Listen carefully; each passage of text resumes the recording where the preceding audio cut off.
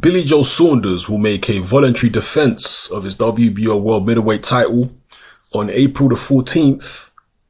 We believe at the moment it's going to be at the O2 Arena against Martin Murray. And on the undercard, you'll have Terry Flanagan taking on Maurice Hooker for the vacant WBO light welterweight world title. So two WBO title fights on the same bill. This is a Frank Warren show, obviously. Warren's very close, some would say very cozy relationship with the WBO seems to be as strong as ever. As far as this Saunders-Murray fight goes, it's a voluntary defense. You do wonder how Martin Murray has been able to get a title shot here. Yes, we know he's been a decent level fighter in the past, but what has he done lately to be ranked so highly with the WBO at middleweight to get a title shot? That's the question that you have to ask, and it's a legitimate question. Martin Murray in recent years has lost to people like George Groves. He lost to Arthur Abraham.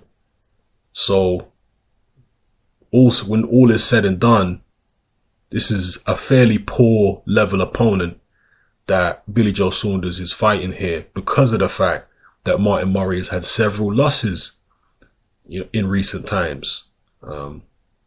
The Arthur Abraham loss was relatively close. The George Groves loss was not close. And obviously, Chris Eubank Jr. has come along and beaten Arthur Abraham easily. It wasn't anything like the Murray-Abraham fight. When Eubank Jr. fought Abraham, it was a whitewash. He just battered Abraham from pillar to post. So it puts into context how far below a Eubank Jr., for example, Martin Murray is at this point. That's who Billy Joe Saunders is fighting here. Given the fact that he's come off good victories against the likes of Willie Monroe and most recently against David Lemieux, who was a mandatory challenger, I think we can forgive Billy Joe Saunders for taking a soft touch here, because there had been talk about him facing Spike O'Sullivan in a rematch. Now, personally, I don't know, would I have preferred a Spike O'Sullivan rematch? See, the thing is, Martin Murray is a different proposition to Spike O'Sullivan, and maybe he'll be a more difficult fight for Billy Joe, although I fully expect Billy Joe to win it and win it comfortably. But it's just the fact that Spike O'Sullivan actually has punching power, which to me might make it a little more interesting. Martin Murray has never really been a puncher at middleweight or super middleweight. So when you take that into account and you put him in there against a Billy Joe who's just come off a victory against one of the biggest punching middleweights out there, then you wonder how this fight can even be competitive.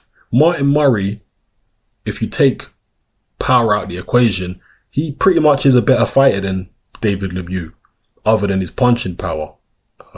He's better than Lemieux from a technical point of view and balance and boxing skills. Yeah, he's better than Lemieux. But Lemieux's power is so formidable that it kind of cancels out a lot of Martin Murray's skills, in my view.